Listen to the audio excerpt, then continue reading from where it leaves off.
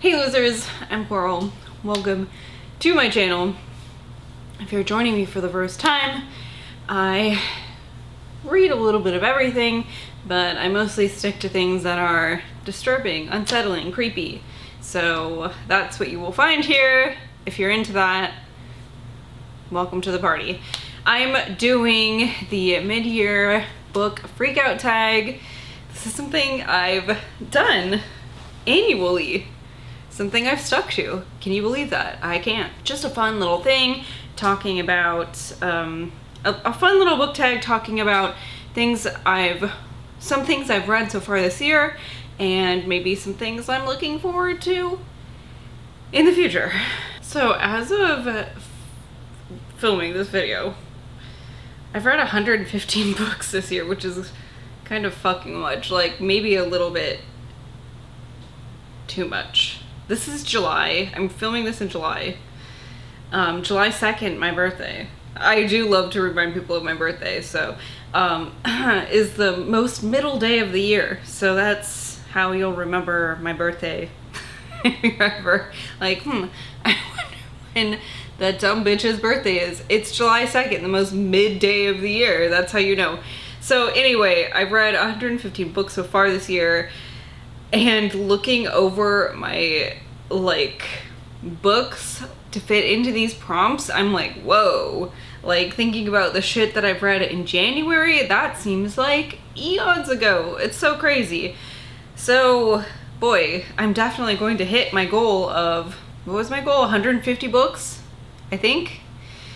I'm definitely going to smash that. Anyway, let's get on to these prompts.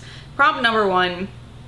Best book you've read so far in 2024. I could not choose between these two books. First, Diavola by Jennifer Thorne.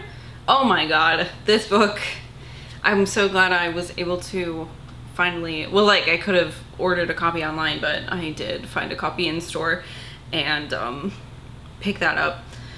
This book is a nightmare. This book is a nightmare. This is about a family traveling to Italy, and not only do they find some sort of presence in the villa that they're staying in, but also the family themselves, very dysfunctional. The family is a nightmare, and they really pick on the youngest daughter in the family, and even though she's she seems to be the most well-adjusted of the bunch. So you're dealing with family dysfunction, you're dealing with a spooky villa in Italy, beautiful, gorgeous setting, family dysfunction. What more could you ask for? It really made me want to call my brother and be like, thank you for being a good brother, because oh, so grateful for my slightly less dysfunctional family. The second one I chose for this, my second equally best book that I've read so far this year, is Black River Orchard by Chuck Wendig. This is about a guy who's a single father of a teenage daughter, and he's really fucking struggling. And he owns this orchard. It's just not doing well, but he happens upon this forgotten heritage breed of apple, and he's able to grow it, and it's just this dark, almost purple, it's so red it's purple color apple, and people go bananas about it. They love it. They fucking love this apple, and they will do bad things to get their hands on this apple. And it's such a great book. You're thinking how could a book this thick be about apples? And let me tell you, I could have read on and on. If this book had been 150 more pages, I think he could have done it, and I would have read it. It was so good. There are apple facts in here. I really do love an apple, a good apple at least. And god, I just really fucking love this book. I really like Chuck Wendig, just period. So I think I would read just about anything he writes. Apple books, he could write an orange book, I would read that. Prompt number 2, best sequel you've read so far in 2024. I have not read very many. There was not very many to choose from. But I guess nonetheless, this was really good. This is volume 6 of Blood on the Tracks by Shuzo Oshimi. I've been very slowly making my way through this series. It's about a young boy named Seiichi who is like 14, 15 years old, so like mid-teen years, and his mom is weird, but his mom is overbearing and definitely like overprotective, babies him and stuff, and that was okay when he was younger, but now he's getting to the age where, you know, he's becoming slowly, I don't want to say like a man, but he's growing and he's not a baby anymore. And so now this behavior feels stifling to him. And it's not just that she's like overprotective and overbearing. She's kind of weird too. And she doesn't do anything that's like outright bad, which I think is what makes this so far good. Is that, at least to Seiichi, she's not done anything to hurt him. She's just fucking weird. And my favorite part of these, I say it every time I fucking talk about them, is just this real intense focus on the facial expressions that Shuzo Oshimi like draws. Just like these panels of these faces and their expressions, and it's really intense, and I think that's a huge reason why these are so good. Number 3, a new release you haven't read yet, but want to.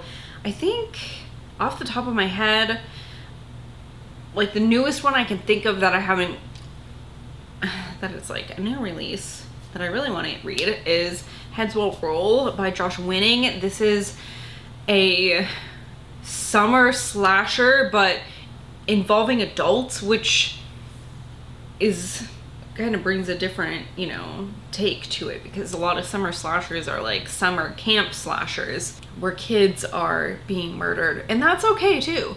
But I think that maybe this little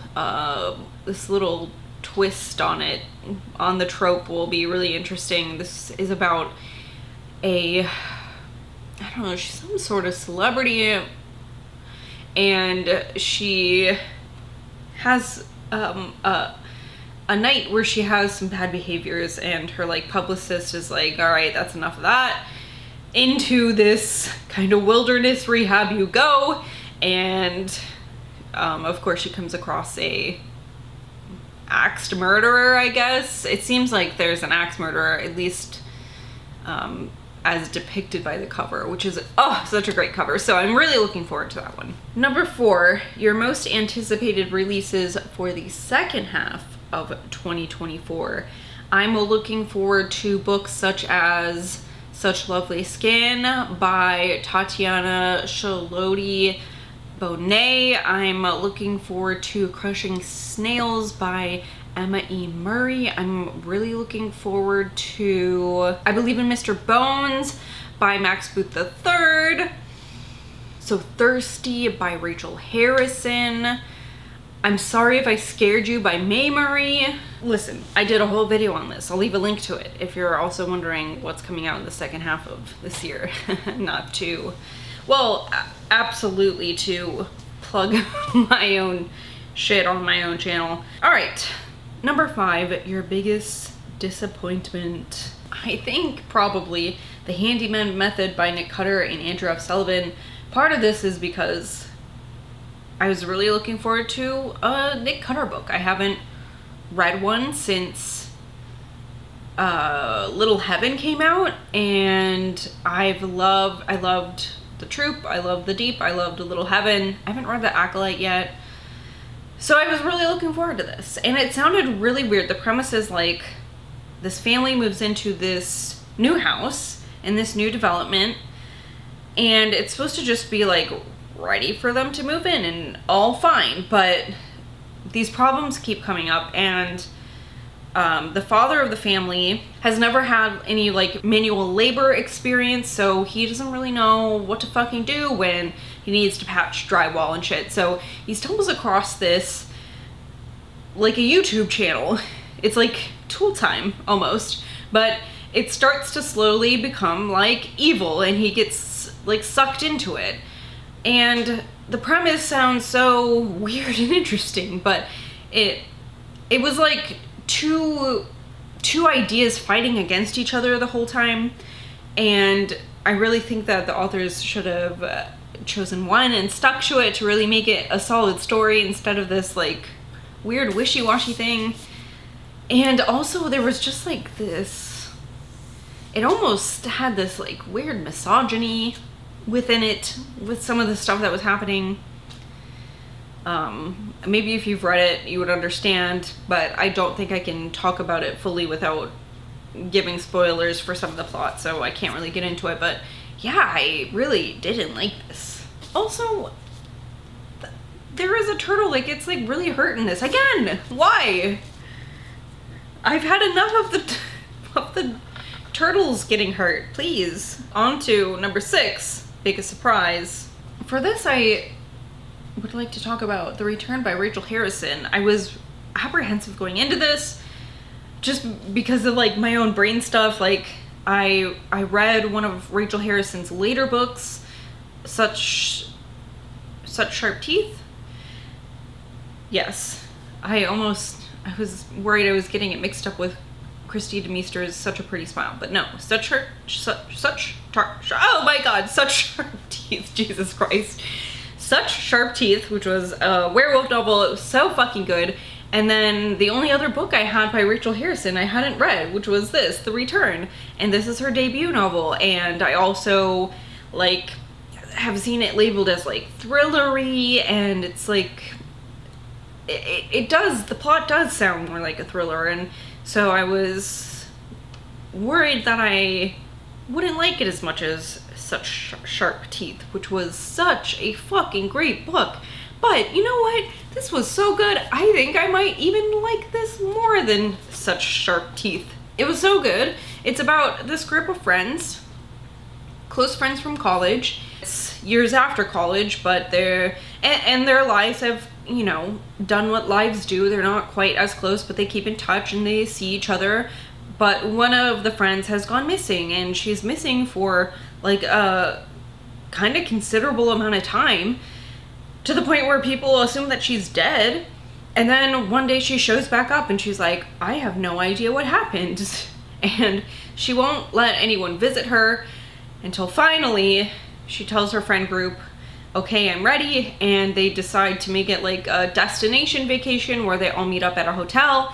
And immediately they're like, oh, something is fucking wrong with our friend. But she like won't talk about her disappearance. It's just like, something's off. Something's kind of weird, right? So really like intense, eerie feelings in this equally strange hotel where like all the rooms have a different theme and things are starting to go wrong in the hotel as well. It's just really a delightful book. I loved it. Number 7, your new favorite author. I have two authors that I've read for the first time this year. I've read, I think, 2 books by both of them. I think that they are authors that I'd really like to explore more from, but I loved both of the books that I read so far. First is S.T. Gibson. I read A Dowry of Blood. Fucking loved. So you can see on my tabs, just tabbing her beautiful, beautiful writing and language in this book. So she writes these like sexy horror stories, just like luscious feeling. It's like being like draped in like a silky but also velvety like drape, just being like rubbed, but like with the right side of the velvet, you know what I mean? Not the rough side of the velvet.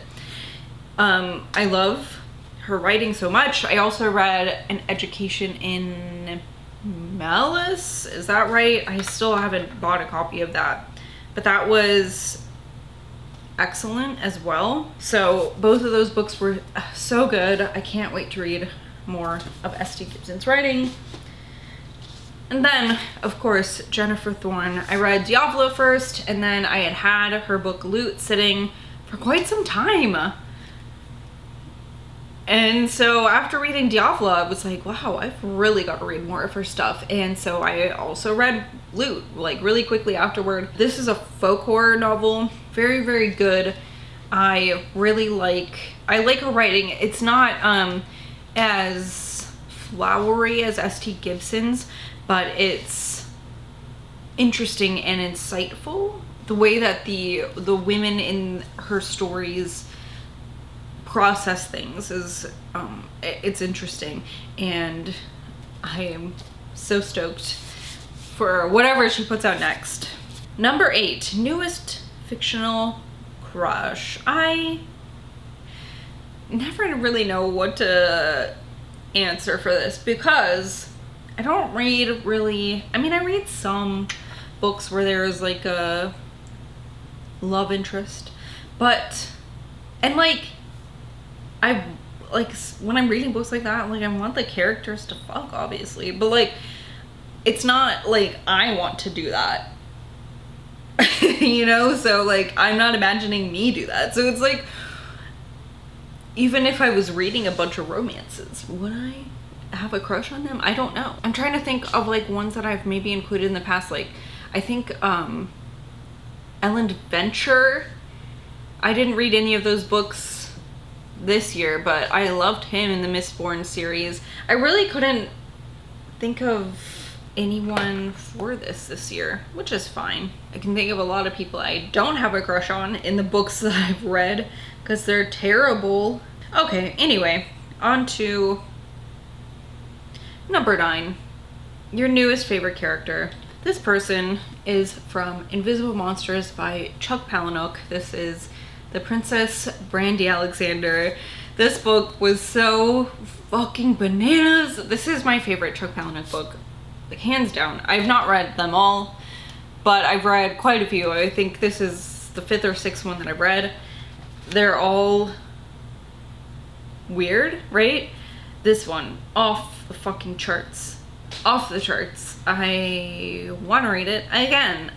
There is a woman in this, Brandy Alexander, who is like the queen of her crew. Everyone fucking loves her. They will do anything for her, and she definitely she doesn't, I don't feel like she uses that to her advantage, like in a bad way, but she knows how to use that, and I love her for it. She is the Princess Brandy Alexander, and she's like obscene and irreverent, and my hero, the Princess Brandy Alexander. Okay, number 10, the book that made you cry. I actually have one this time, but like, it didn't make me cry for good reasons. It made me cry because it is so plausible and terrifying. This is Nuclear War by Annie Jacobson. This is a scenario about what would happen to us if there was a nuclear war.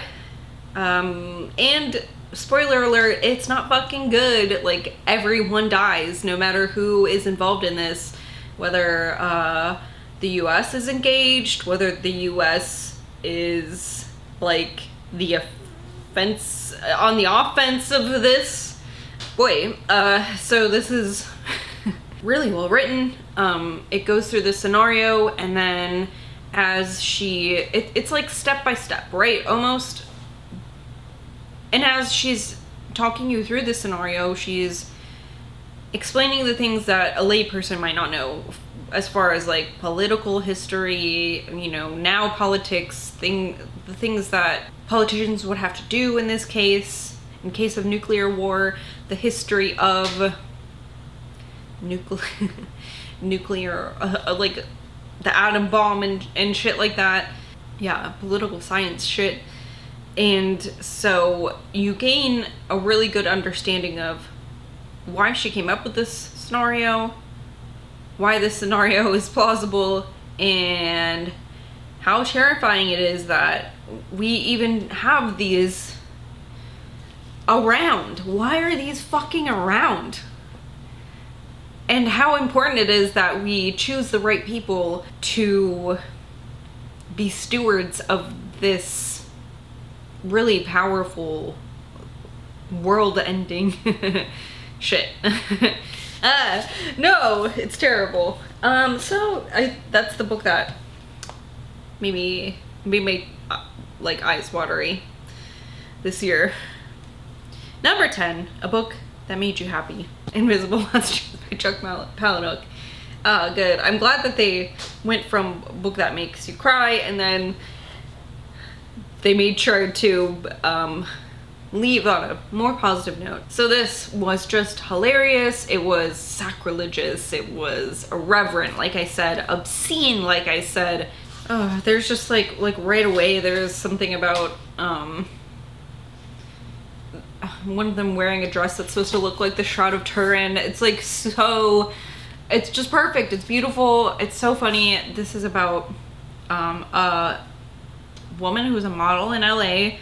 She is shot in the face, like while on the freeway. They're just unable to reconstruct her face, so she kind of has to wear like a veil over her head because she's disfigured at this point, and she doesn't know what to do with her life because, you know, before that she made her living from her looks, and now her face is not what it used to be. And it's just a real interesting book the way it unfolds. I really want to buy the remix version of this and read it because I think it might switch things up a little bit. 6 cocktail rings stacked on just this one finger, and she presses her jeweled hot dog up and down across my mouth the moment I try to say something. See, just shit like that. It's so funny. Honey, she says, times like this, it helps to think of yourself as a sofa or a newspaper, something made by a lot of other people, but not made to last forever. It's the funniest book I've read this year. It was so funny. Okay, next question. The most beautiful book you've bought so far this year. I really haven't bought many books this year, but I think the one that I've received this year that is just like fucking gorgeous is this book, The Invocations by Crystal Sutherland. This came in the Illumicrate Evernight box. I can't remember what month, so it is a special edition. I'm not sure how well you can see this, but it's got this like skeleton on the page edges. It is super beautiful. Look at these end pages. It's absolutely gorgeous. Then, books you need to read by the end of the year. I don't know. I don't know. This question made me be like, So, I don't know. And I think that's kind of why I've been able to read so much, is that I haven't been doing as much planning for myself as I normally do. I've been doing more mood reading, which really helps actually my reading, and it's hard sometimes because I am a planner in my life. I am somebody who really likes to have a schedule and a routine, so not scheduling my books feels bad, kind of, but it's also overwhelming sometimes when I do schedule my books like that. So I don't know. I mean, really what I'm trying to read are the books that I own still. And what I'm trying to read are the new books that I've bought myself, so that they don't become dusty old corpses on my bookshelf. So I don't know. Specifically, I don't fucking know, but you know, things. All right, and then the last question is your favorite book to movie adaptation that you watched this year. I don't know. I think the only one I can think of off the top of my head that I've watched is The Boogeyman. Was that even this year though? I don't know. I think it might have been. Maybe? I don't know. I don't fucking know. But I tried to pull up Letterboxd to look at the movies I've watched this year, and the app and the website both aren't working. So I don't remember what movies I've seen this year. I don't remember what are adaptations, except for The Boogeyman. I know that was a Stephen King short story that they adapted. And I liked that. But I don't know if it's my favorite because I don't remember if I've seen any other adaptations. I've been watching The House of the Dragon, which is, I think, does that count as an adaptation? It's not a movie, but it's good. I like it. So, I don't know. That's where I end this, I guess. Very vague. Mysterious. Just like me. Vague and mysterious. Just kidding. I'm not. Okay, so that is the mid-year book freakout tag for 2024. Thank you so much for watching. Let me know if you've done this. I'd love to watch your video or your blog post, I guess. People do those too. Do people do this on Instagram? I don't know. If you have, let me know. Look at my link tree for all my links for like affiliate pages, my Pango bookshop, etc. That's where you'll find it. Thank you so much for watching. I will see you guys later. Goodbye.